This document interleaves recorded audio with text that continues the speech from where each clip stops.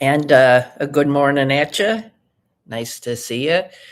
Nice to be seen, I guess, if you're looking. I wish I weren't. Um, well, it's Wednesday. It's the 4th of the 3rd of the 26th. I'm in a mood. Here's what happened. I played trivia last night. I have a group of friends and we play trivia. We started years ago playing at the University of Pittsburgh, the university club there. So the team is made up mostly of Pitt professor types and stuff, and a few people like me. And anyway, that's going down. So we've been casting around for other places to play. And last night we went to some place in the Strip District, and the crowd was so young. It was full of teams and young. We were so far and away. We're at the university. We're the oldest team, and it's when it comes to things like knowing if there's an audio round, we are always so screwed. I mean, because we don't know any of the music.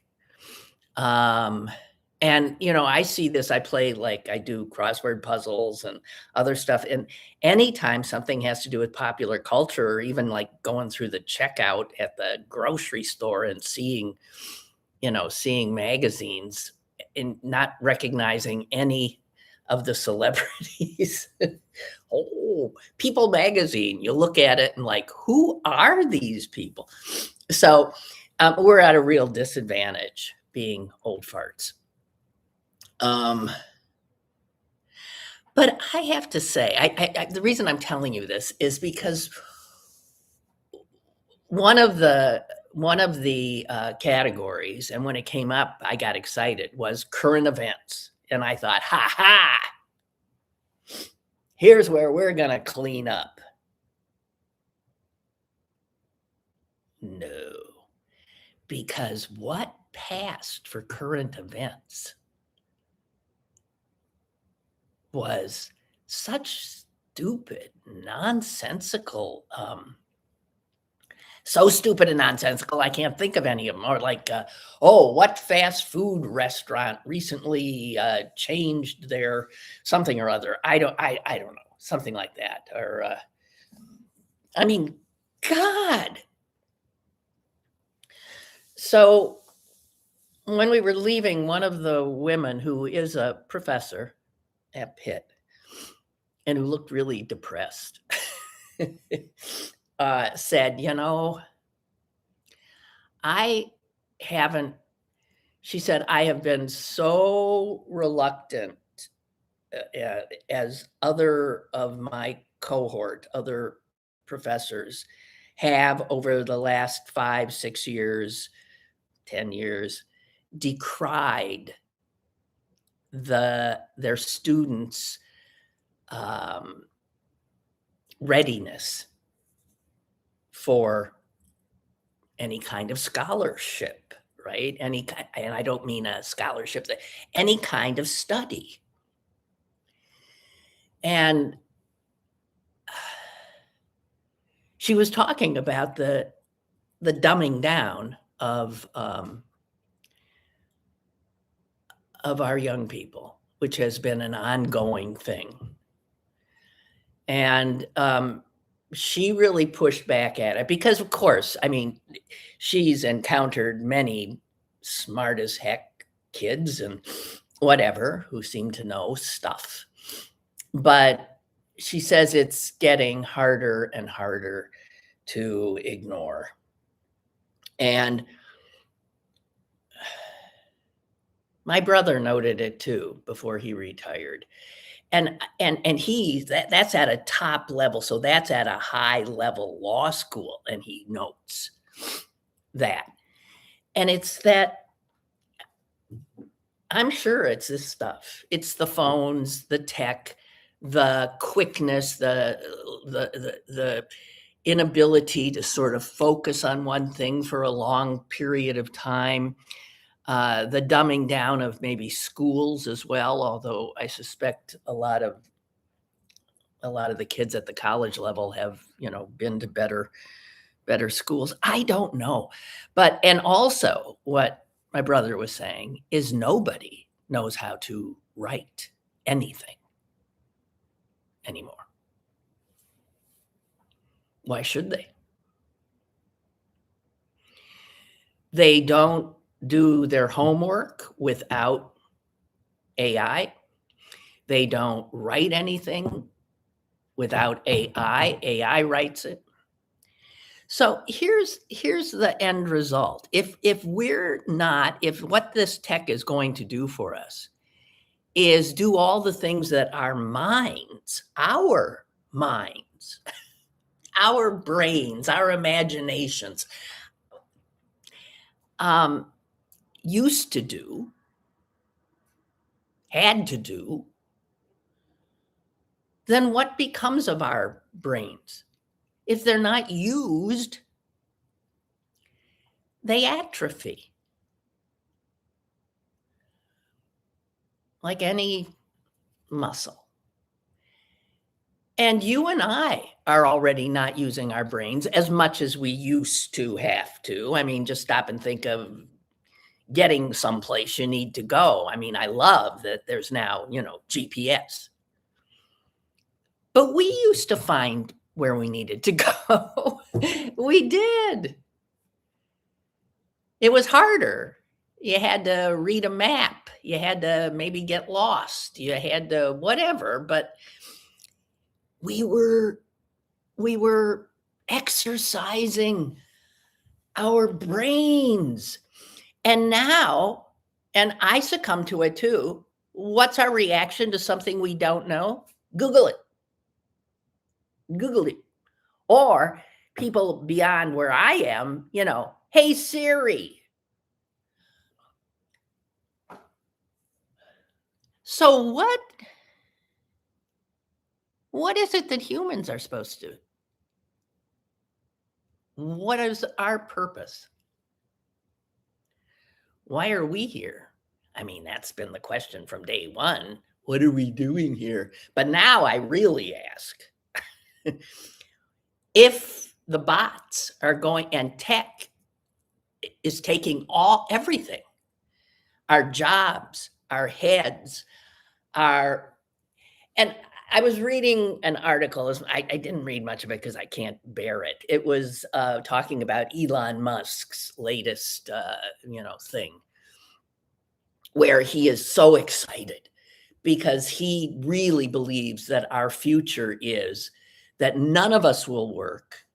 None of us we will be literally served constantly by technology and robots. And he finds this exciting. I don't.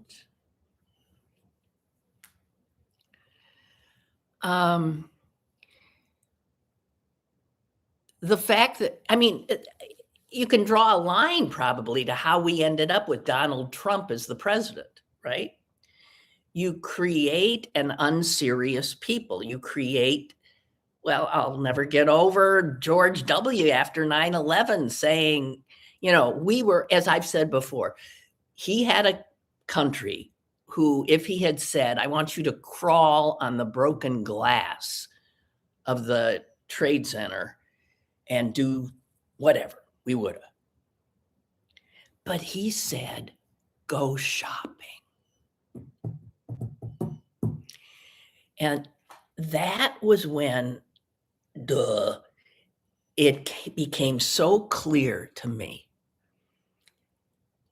that was my purpose as far as the powers that be in this country are.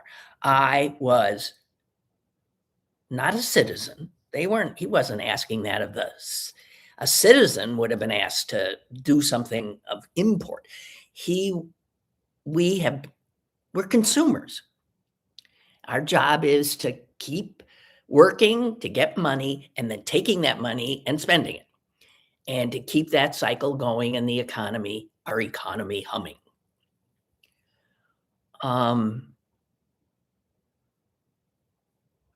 so we've created a totally consumer culture where people are products, people are brands. Trump understood that. Reality shows, which is how he rose, are of course not reality at all. They're manufactured, but they're called reality. And right there, the kind of Orwellian doublespeak that begets this administration.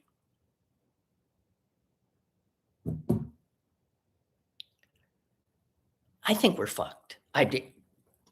Just to be, I can't imagine. I'm sorry.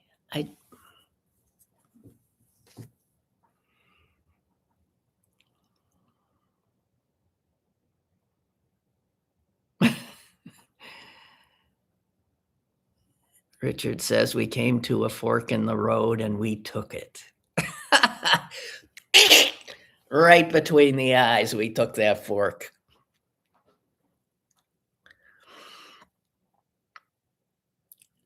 I don't know. I'm seeing that the lack of the ability to write well has been going on for a long time. I used to be a supervisor who had to read and then fix reports written by others. Yeah, for many people, that's always a struggle. But I will say this.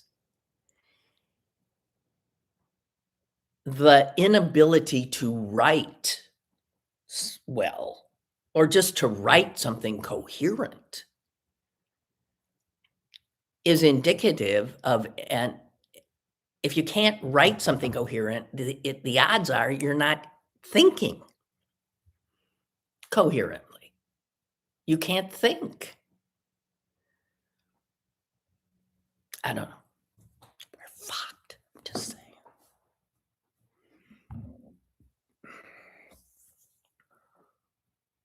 I don't know.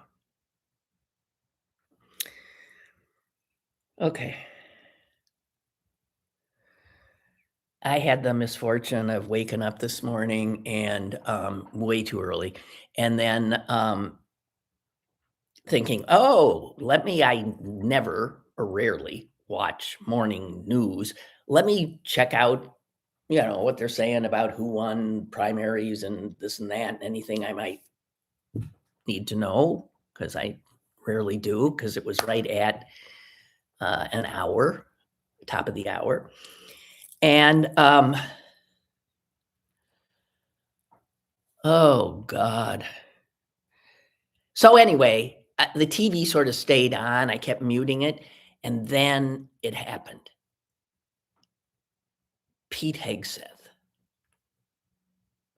was giving a report to the media and to us, the American consumer, about the war. Don't call it that. About the war that we had just started. In fact, within a few days, just started a regional war. Yeah, with 14, 15 countries involved. Yeah, pretty fast moving. So he was giving an update, and I had the misfortune of actually forcing myself to listen. Oh my God. I grabbed a pen. I started scribbling because I hope you didn't subject yourself to it. I started scribbling, and let me see if I can, because it was his, well, you can imagine. It was his, like, it was, again, reality TV. It was performative. It was Secretary of War. Don't call this a war. Doing his, like, macho thing. And the way it just freaked me out, the way he talked. It was like listening to a boy boring you to death by recounting some video game he just played.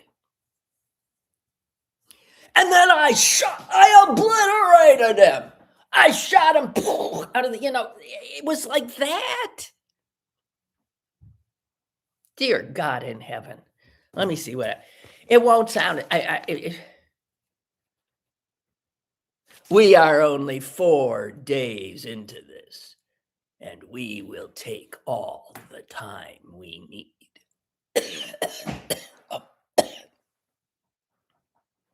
The enemy, they're toast.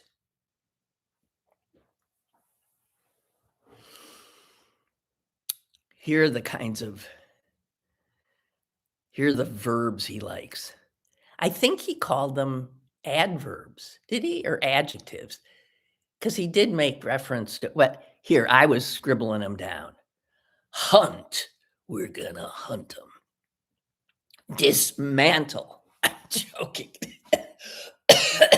Hunt, we're gonna hunt them, dismantle them, destroy them. Here's another one I scribbled. There'll be death and destruction from the sky all day long.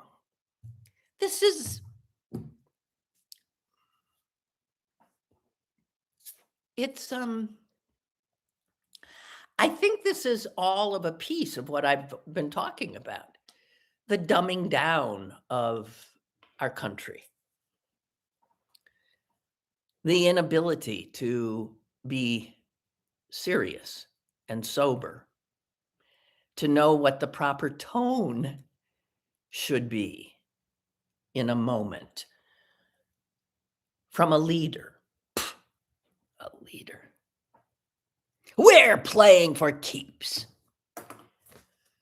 I finally just, a few more I got down here.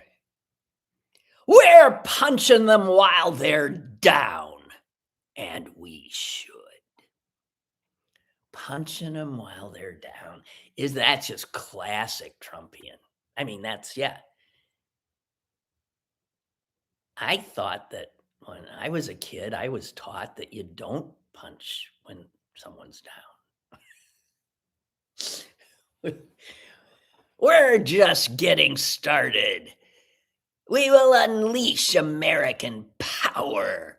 Oh, here's some more adjectives. We're fiercer. We're smarter. We're utterly dominant. We set the terms.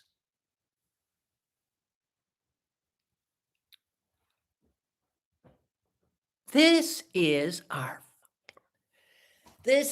God. Sorry. Like I'm telling you anything you don't know. But what a way to start a day.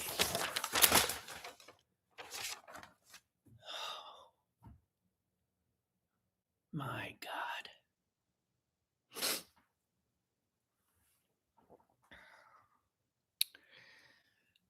Oh, and that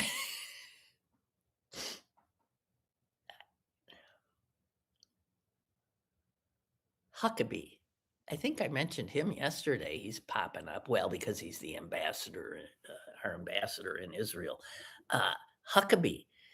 I also mentioned yesterday that we had done absolutely no planning whatsoever to get American citizens who might have been over in these 14 countries to get the hell out when we attacked, and should have realized that then the Iranians would reciprocate. I totally, again, not safeguarding the people, the oath they all took. Yeah, not safeguarding us. And Huckabee put out this memo. Did you see it? I think it was yesterday, where he was telling Americans in Israel who were thinking, I don't think I want to be in Israel right now. I was planning on staying at this nice hotel and now I'm in a bomb shelter. So they want to get the hell out, but the airport's closed. Israel is tiny and there's only one, well, there's a few airports, but Ben Gurion, if you want to get out of the country, you have to go to Tel Aviv. And Ben Gurion Airport is closed. So he put out this memo that was just a riot, telling Americans, well, here's what you could do. You could take, and he named the bus. There was some kind of a tourist bus or a shuttle. You could get on over at, this place over there, and it'll take you by fits and starts into Egypt, which is also, and then once you're in Egypt, you can try to get the hell out because they've got an airport or two that's maybe still got a runway open. This is very helpful. Thank you very much. I appreciate the State Department being so on top of things. And then he went on to say that the U.S. Embassy is not in a position at this time to evacuate or directly assist Americans. What the fuck are you there for? So he said, my best bet is you stay where you are. Not mentioning that where they are all too often, because the sirens keep going off, is in a bomb shelter. Then suggests that he said, look, you could end up spending extended time with your spouse. Look on the bright side. Extended time with your spouse. Then he went on to say, and if that results in the birth of a child in the next 9 months, I, of course, expect that you will want to name the little bugger after me.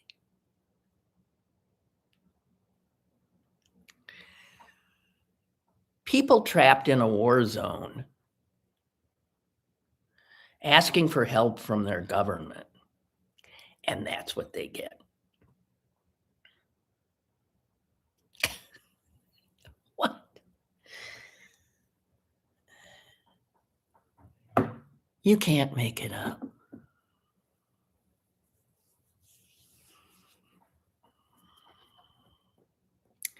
So, I'm sorry, I'm just looking at your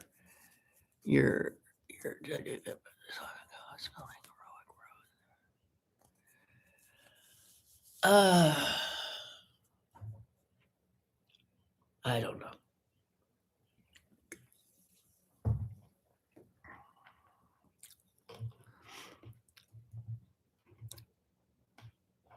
So I'm sorry. That was, I get so relaxed with you guys here that I forget I'm supposed to be talking. Forgive me. Here's something that's sobering that I came across. It's a job listing.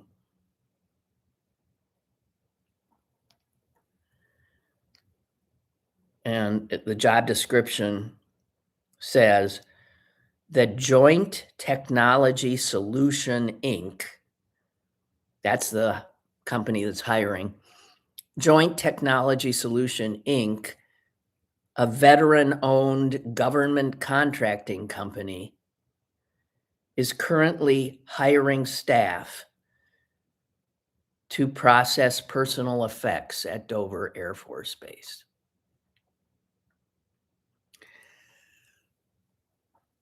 That's sobering. They know that bodies of Americans are going to start coming in, and they don't have enough people to, here's what it says, We're currently seeking part-time on-call personnel effects specialists. Who knew that was a thing? Personal effects specialists to support, receive, safeguard, inventory, store, process, and make final disposition of personal effects of casualties from overseas. That's the job description.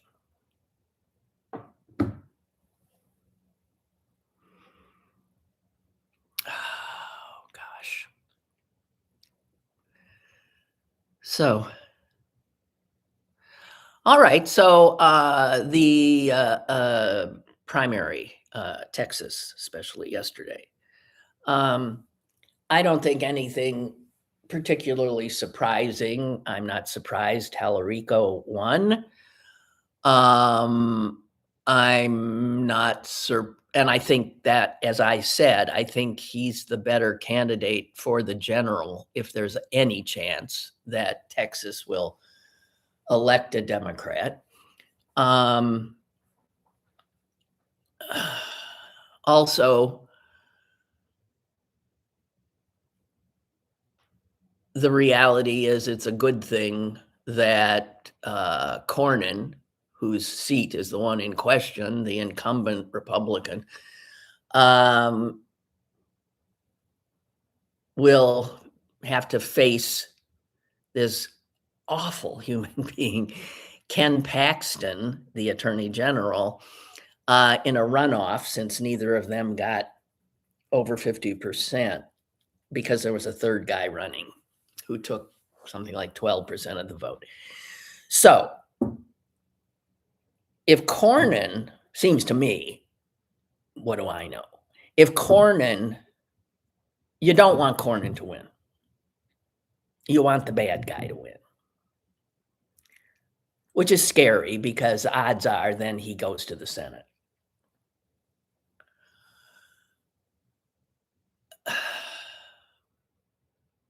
But I think Tallarico could beat Ken Paxton. I think the contrast of a good human next to a horrific human is so clear in that race.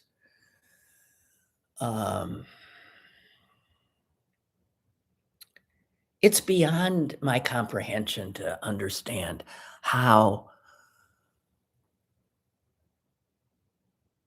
my fellow Americans would vote for a horrible person like Ken Paxton. I mean, I dare you to find one thing in his biography that is not like really off-putting. He's a bad, awful human. He abuses the power he has. He lies. Well, I mean, whatever. That seems to be what a lot of Americans do vote for. People like that. Incredible to me. But all in all, I think it was good because the Republicans, of course, wanted Jasmine Crockett to win. Because, like me, they perceive him as a more formidable general election candidate, in that he can appeal to a broader range of the electorate by virtue of his Christianity and his quoting the Bible all the time, and that he's not Black and he doesn't have a vagina. Those are all pluses. God. So I don't know. And then these, the fact that we even know, there's a whole bunch of Pennsylvania people who are in Congress who I wouldn't recognize and don't know, but that we know so many Texans that are in Congress because they're out front and center. And 2 of them went down yesterday.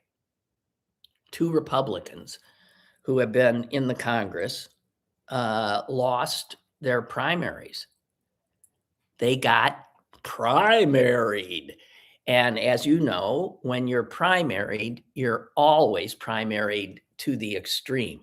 So in the Democratic Party, you're primaried to your left, in the Republican, primaried to your right. And it's not like these guys weren't already on the right. So and I'm talking about Chip Roy, who has had the temerity to criticize the president, and Dan Crenshaw, the good-looking guy with the eye patch. He once or twice said something slightly, not, I guess, with enough adulation or something about Trump. So, primaried, gone, both of them, and replaced by, I see these idiots on social media saying, yeah, Chip Roy, gone. Yeah, Crenshaw, out. What are they thinking? They got knocked off by people who will be twice as awful.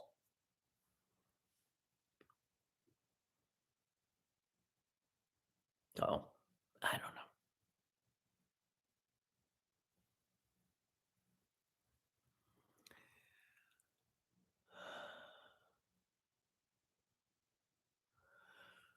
On chat, Richard is being accused of smoking some.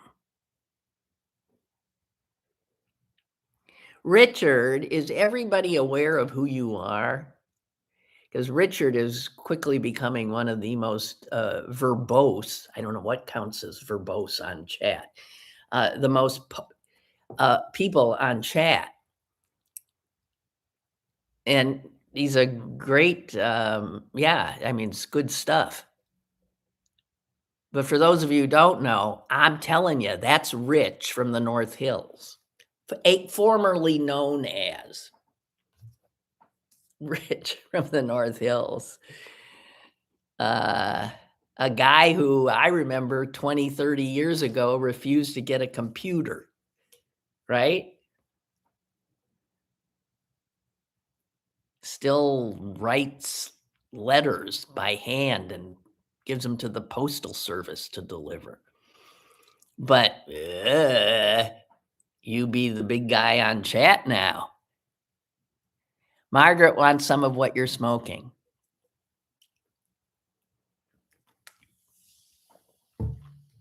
Okay. I had wanted to point this out yesterday when Susan was on, but somehow things happen and you forget. But one of the interesting things about this Middle Eastern chapter is that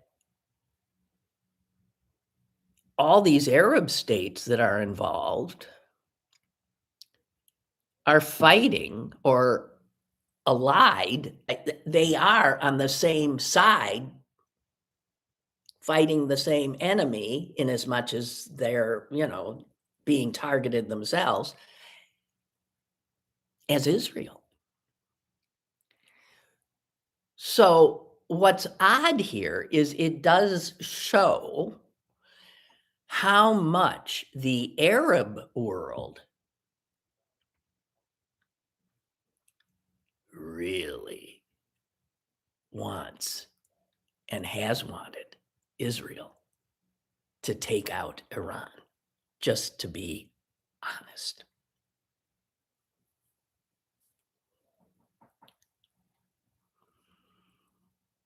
Yep.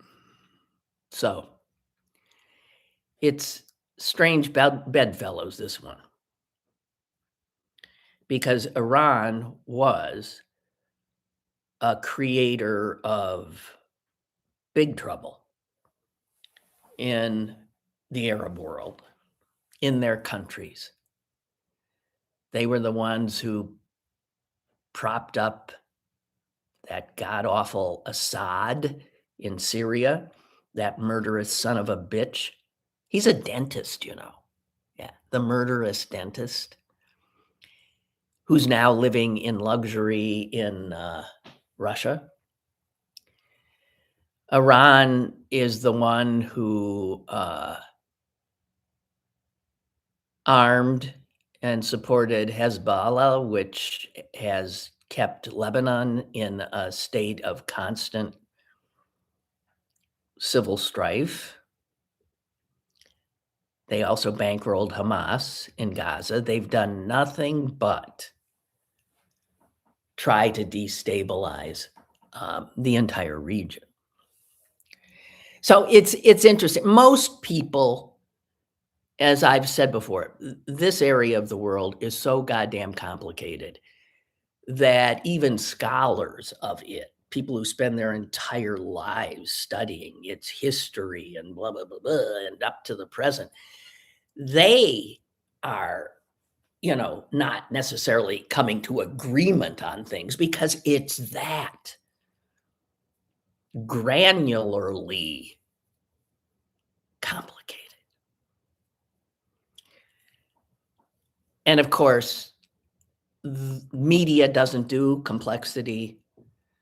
99% of people don't do complexity. And so it has just been, most people do not in any way comprehend that crazy place, including people living in it.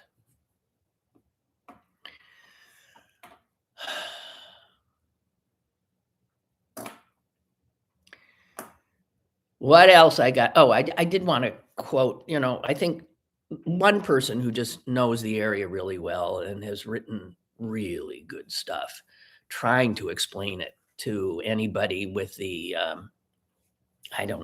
sobriety to care, is Thomas Friedman. And he has been, just going after Trump left, right, and center about being played by Netanyahu. But he also said, in regard to the way he's reading this now, just a little thing.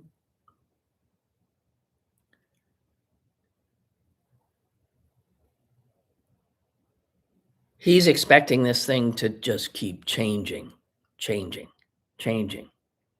Well, anything Trump sets off, you can bet. He said, I expect by tomorrow there will be at least 3 more points competing in my head to make sense of it all. This is after he laid out, here's how I'm trying to make sense of this now, 1, 2, 3, and then saying, and I'll throw all that out tomorrow.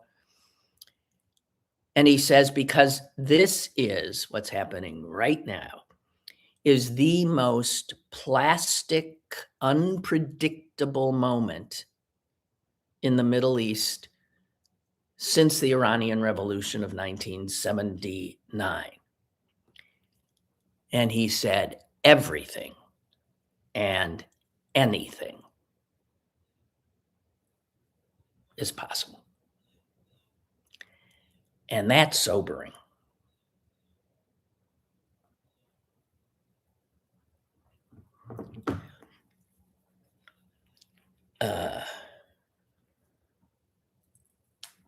I don't know.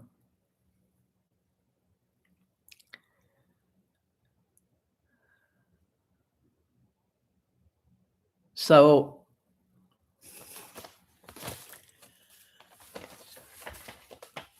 some of this happened a little bit, didn't hurt, to distract from Epstein. If you'll recall, that was that the media that can only seem to do one story at a time. It is amazing how they only do one at a time. They were doing Epstein again. You had Bill and Hillary, you had people pouring through those documents, coming up with more and more interesting stuff, more and more Trump adjacent stuff. And then all of a sudden, kaplooey, we don't hear anything, right? Because we got a, don't call it a war going on.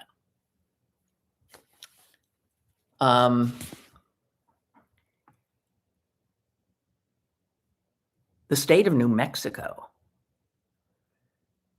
has opened up an investigation, actually created a commission, a truth commission. This is being done by the state legislature in New Mexico, and it is equipped with subpoena power. New Mexico's Attorney General also said he is going to reopen an investigation that his office had been doing into Epstein before he died. And that's because he has this huge property in New Mexico called the Zorro Ranch. And there are those, including survivors, who say that was the most horrific place of all. And it has never really been gone through. It's huge expanse of land. If you see pictures of it, like taken from the sky, it's this huge mansion sitting in the middle of desert and cactus, and you can't see anything else. Just this, like who would put something there? It looks like there's nothing anywhere around. If you're up to all kinds of evil, that's exactly the kind of place you want. You want islands. You want this place in New Mexico. Some of the papers show that he had considered doing, well, what this piece in the Times is calling outlandish genetic engineering experiments there. It has also been alleged in the files that there are bodies of girls buried on that property. Now, the property is huge. I don't know how you would ever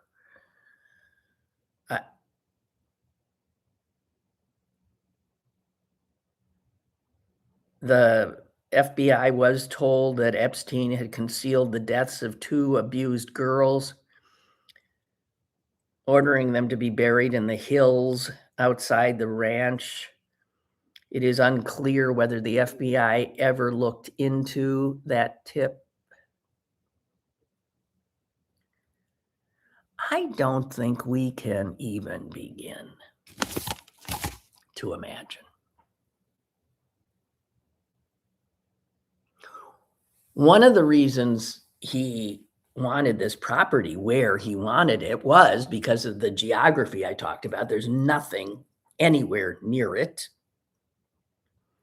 But the other reason was that New Mexico has very lenient sex offender registration laws. And so he could move into New Mexico and not be registered after he had, as you know, pled guilty and served some time in Florida to sex crimes. Oh, he didn't have to. So I don't know. It all seems like too late, too little, too late. I don't know. But I thought that was worth noting.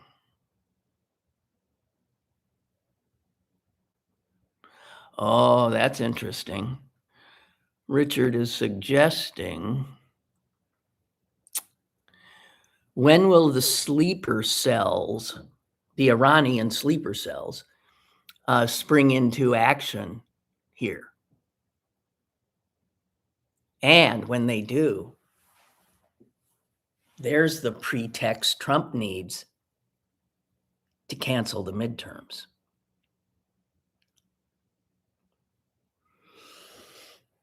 Well, like Friedman said, anything and everything is possible. He has set off. He has lit a match like in a fireworks factory. I don't. Anything you can conjure, right? It really is extraordinary. Steffi says, we kicked the hornet's nest of countries that have a lot of money, a lot of young people, and long memories. Yeah, we are creating, I mean, God knows. It doesn't matter because we'll all be lying around with robots tending to our every need. I don't know what you guys are worrying about. Some of the finest minds are telling us everything's going to be hunky-dory. Is that hunky in hunky-dory a derivative of a ethnic slur? Hunky-dory. I don't know. If it is, I'm sorry.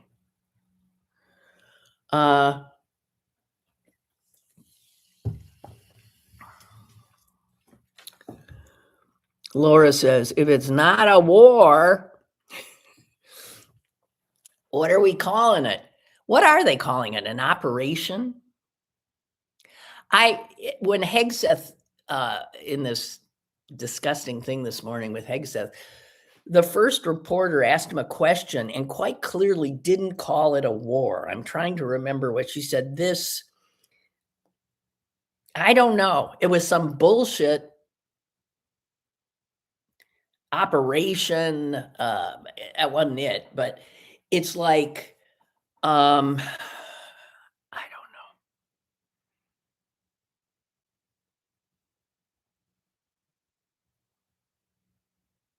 Laura says her brain is tired. Yeah. We're all exhausted. Truly. I mean, there's no doubt. We're all just exhausted.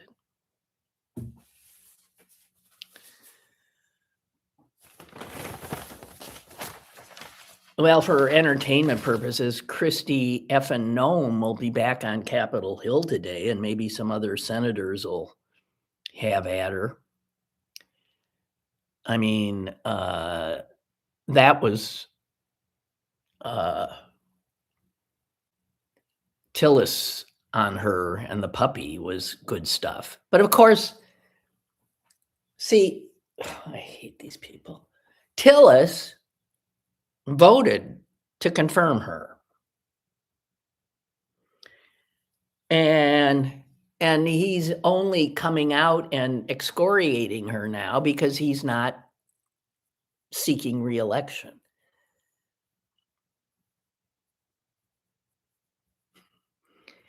At that trivia thing I was at last night, one of the current events questions, this was a toughie, it was multiple choice. What is the operation in Iran called? And obviously epic fury. And they'd come up obviously with some other absurd, God damn, I once did a story. This is 40 years ago when I was a reporter for WTAE TV. I once did a story on a guy whose job at PPG was to Pittsburgh Paint and Glass was to name the paint colors. Whoa. What a job! That was it. That was his job. To stare at colors and to think, well, I think we'd call that. And if you look, every time I do, find myself in, which is next to never, but looking at pages of different colors, there's 5,000 different whites and grays, and every one has to have different, it's a riot. But I wonder who it falls to name these military incursions, these whatever. But Laura's got a good line. She says, I get epic fury when I go to the grocery store. Yeah. Oh,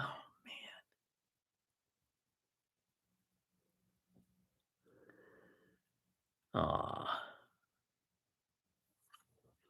Yeah, some great jobs. Yeah. Paint. I mean, if we were to start thinking of, wow, who are these lucky people who end up with jobs that you didn't even know were jobs? Oh, yes, and if he's doing it for PPG, or was, I'm sure he's, that means that job exists in, at all the other paint companies. So you might want to apply. God almighty. I wanted to, I wanted to tell you that Sunday is International Women's Day. Sunday is also, do you know I don't keep my appointments and stuff on my phone? I still keep, look at this tattered thing. Look at this. I have had this. This is my book. And I still, it's just frayed. I probably, actually, I have all the inserts. So I can look at my life back to, there's a drawer upstairs that has like my life laid out day to day. If I ever get bored and want to relive it.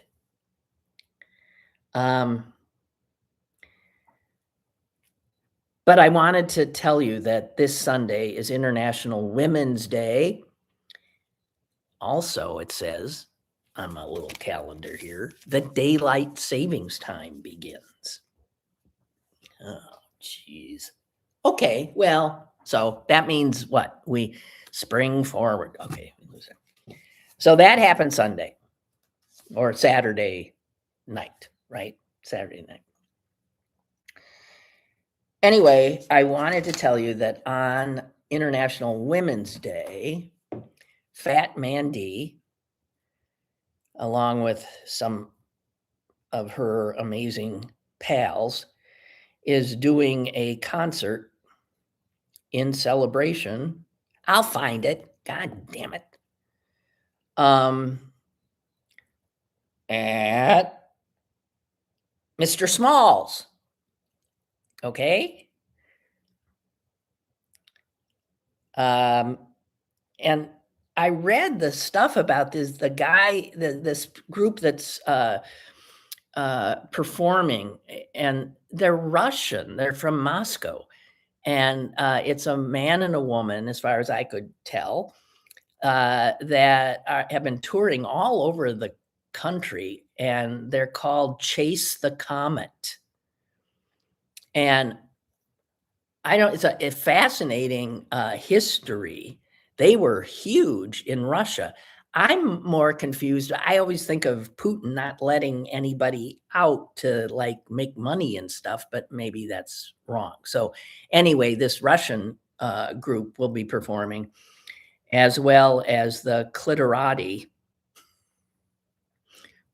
which is an LGBTQ, and Fat Man D. And that's in Millvale, right? Mr. Smalls down by the river. And the show starts at 7, doors open at 6. I bet it'll be good. And yeah, Chase the Comet. And it says here, this is interesting. Fat Man D met Chase the Comet while studying social media and music industry courses with Taylor Swift's former manager, Rick Barker of Nashville, Tennessee. And Fat Man D became familiar with Chase the Comet's music and story through those Zoom classes and workshops. And then she finally bumped into him at Burning Man in 2024. Fat Man D was going to Burning Man before Burning Man was Burning Man. So they hooked up at Burning Man. And anyway, so this is a concert at the Fun House at Mr. Smalls.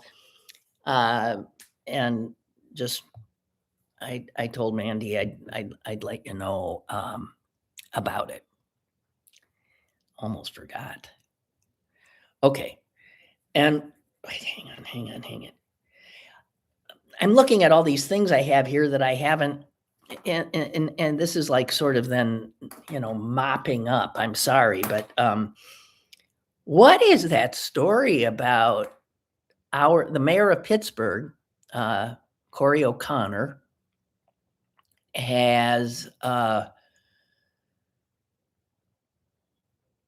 been getting like threats, but the threats have been coming over, this is just so bizarre to me, I don't understand it, over the county or the county and cities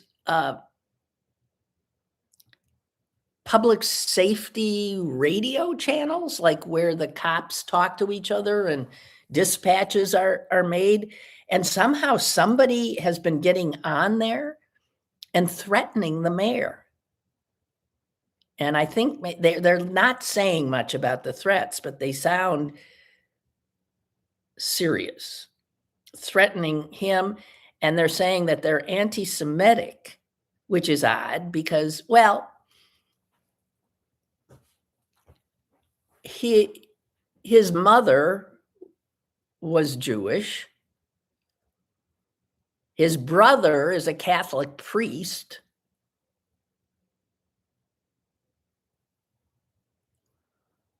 I don't think he's a practicing Jew. I don't know. But he says his concern is for his wife and children. So it sounds like the threats are considered serious enough that, authorities, including the feds, are looking into it because the feds get involved because the threats are being made over an analog radio, as I said, public safety radio channel. And if it's a radio channel, that gets the feds involved. That would be FCC, Federal Communications Commission. Not that I think they have a police force, but they might. Who doesn't? Anyway, I'm so sorry to hear that. And a lot of that going on. A lot of that. So that's, I think, it. I'm going to have an interesting story to tell you next week because I'm going to the Allegheny County Jail on this Friday, to be with a friend of mine who goes there regularly to do classes in drama and writing with the inmates there. And I'm gonna go and see that up close and personal. I've never been in that jail. I'm not gonna be comfortable. I'm gonna be miserable. I'm already getting nervous about it. It's because I don't feel at risk. I feel like I'm just gonna feel so sorry for the people there. And getting that close to them and seeing them there, I think is gonna stay with me for a long time. I don't know how she does it. She's amazing. Okay, I think that's it. Have a good one. Enjoy this warm weather, huh? I can't figure out when this thing closes down because it always has me like this. Now, if I stay up from now on, it should be up, right? I still can't get a good one with my eyes open and maybe even a smile. I can't. It just doesn't stop on there. You see, if you go to everyone is like, nobody gives a shit, Colin. Just, okay. I can't figure, okay. Are you going to do it now, even though I haven't hit end? I haven't hit end. I'm looking. Okay. Let me hit it. Bye, guys. I'll see you tomorrow, okay? I'm just doing this as a joke. Not. And then I have to hit it again. Ooh, yeah.